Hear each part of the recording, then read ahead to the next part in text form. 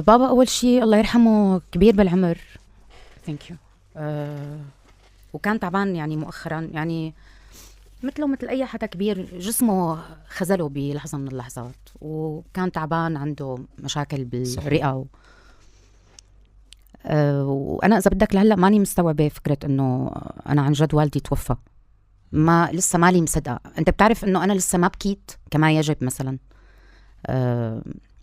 من بعد وفاة بابا، لأنه أنا كان مطلوب مني أني أنا ساوي كل شيء بإيدي.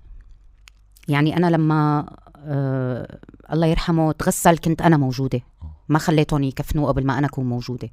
لما بدي ودعه أنا كنت موجودة، وقت اللي اندفن أنا كنت موجودة، وقت اللي طلعت على الضيعة أنا كنت موجودة وطلعت لحالي، أنا ما كان معي حدا. فكل هدول الأشياء كان بيتطلب مني أني أنا أكون، إذا بدك ما في وقت للحزن، كان بدك تكوني متماسكة بالضبط.